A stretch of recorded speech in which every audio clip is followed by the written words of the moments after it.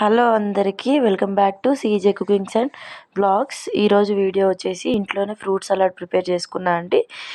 నేనైతే apples, grapes, pomegranates, guava and banana తీసుకున్నాను. ఏ ఫ్రూట్ అయినా తీసుకోవచ్చు. ఫ్రూట్ సలాడ్లోకి ఏ ఫ్రూట్స్ అయినా సరే తీసుకోవచ్చు. ఫ్రూట్స్ అన్నీ కలిపి ఫ్రిడ్జ్లో పెట్టాను అనమాట. ఫస్ట్ అయితే హాఫ్ కప్ వరకు మిల్క్ తీసుకున్నాను. దాంట్లో two spoons vanilla flavour custard powder అనేది యాడ్ చేశాను. నేను ఆల్రెడీ కాచి చల్లార్చిన పాలు అనమాట. తొందరగా ప్రాసెస్ అనేది తొందర అవుతుందని చెప్పి కాచి చల్లార్చిన పాలు తీసుకున్నాను. నేను 1/2 లీటర్ పాలతో చేస్తున్నాను. ఆల్రెడీ కాచి చల్లార్చిన పాలనమాట. మీగడ అనేది లేకుండా తీసేసిన తర్వాత, అసలు మీగడ ఉండొద్దు ఫ్రూట్ సలాడ్ చేసేటప్పుడు.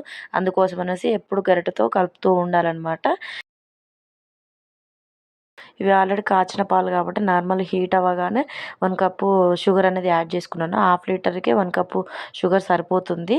అండ్ షుగర్ కరిగిపోయిన తర్వాత ఆల్రెడీ మనం కలిపి పెట్టుకున్న కస్టర్డ్ పౌడర్ మిల్క్ అనేది యాడ్ చేసుకోవాలి. ఇక్కడ వీడియో క్లిప్ అనేది మిస్ అయింది.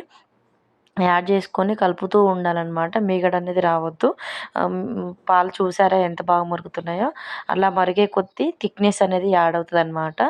మనకు వేడి మీద ఈ థిక్నెస్ అనేది సరిపోతుంది. ఎందుకంటే చల్లారిన తర్వాత ఇంకా థిక్ అవుతాయి కాబట్టి ఇది సరిపోతుంది. చల్లారి పెట్టేటప్పుడు కూడా గంటతో కలుపుతూ ఉండాలన్నమాట, మీగడ కట్టకుండా. దాని తర్వాత మనం ఫ్రిడ్జ్లో పెట్టుకోవాలి. ఆల్రెడీ కట్ చేసిన ఫ్రూట్స్ ఉన్నాయి కదా, అవి యాడ్ చేసుకోవాలన్నమాట. అవి యాడ్ చేసుకొని ఫ్రిడ్జ్లో పెట్టుకోవాలి. ఫ్రిడ్జ్లో పెట్టుకోవడం వల్ల ఏంటంటే ఈ సలాడ్ అనేది కూల్గా ఉంటుంది అండ్ ఫ్రూట్స్ కూడా మెత్తపడతాయి కదా, అందుకోసం అనేసి ఫ్రూట్స్ ముందుగా కూడా నేను ఫ్రిడ్జ్లో పెట్టుకున్నాను.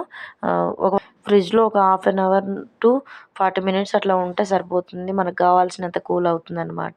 చాలా బాగుంది టేస్ట్ అయితే. మీరు కూడా ఇంట్లోనే ట్రై చేయండి. బయట చేసే వాటికన్నా ఇంట్లో చేసింది ఇంకా బాగుంది. ఏ ఫ్రూట్స్ అయినా సరే యాడ్ చేసుకొని చేసుకోవచ్చు. 1-2 ఫ్రూట్స్ ఉన్నా సరే ఇట్లా చేసుకోండి. చాలా బాగుంది టేస్ట్.